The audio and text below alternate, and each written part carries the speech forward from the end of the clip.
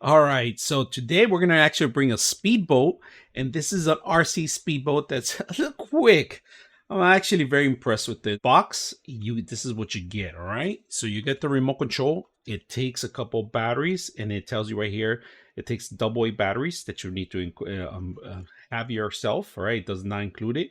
So you need two batteries. The remote control has different frequencies when you turn it on. You have to change, you could change the frequency, but out of the box it will automatically light up solid red. It means it indicated it found the actual boat. Just make sure that the boat is nearby it when you're actually doing that. Ways of turning around on the boat, backwards and forward. Now if your throttle is going left or right, you could adjust it right here. There's adjustments right here, so you could line it up straight.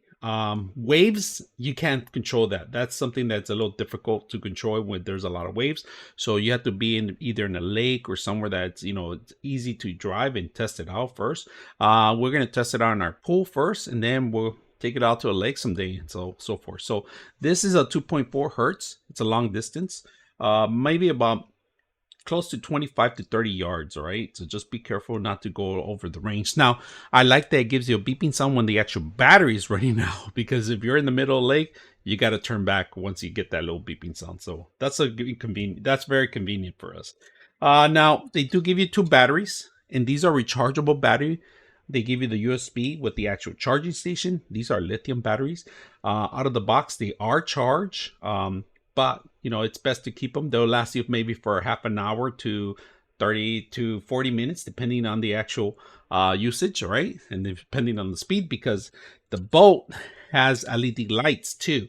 And to open it up and put the actual battery, it's just you twist a little lock here. It has a little lock in here. You twist it open, and the batteries go in there face first, and then the plug plugs in here. Now, out of the box, you notice, and you're probably going to read it like I did, going over the whole details. I could not find an on button, but this has water sensors that when it touches the water, it automatically turns on, and it's drying up real quick, because I took it out and it took about a second and then it turned off.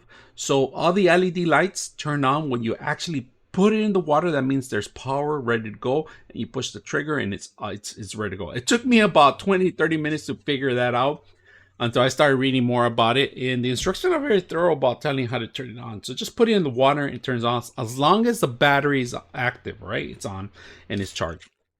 Now they do give you two extra propellers, the tool to remove them, and a little stand. I like the little stand so you can leave it there and dry it up and so forth. So let's put it to use and see how fast this thing is. So let's go ahead and do that. All right, so we're gonna try our little boat here. We're gonna turn it on. Make sure that the power's on both ends. There's no turn on button. Once you set up the battery, all you got to put this in the water, and the sensors actually turn on the actual boat. You're gonna see it. See that? Reverse.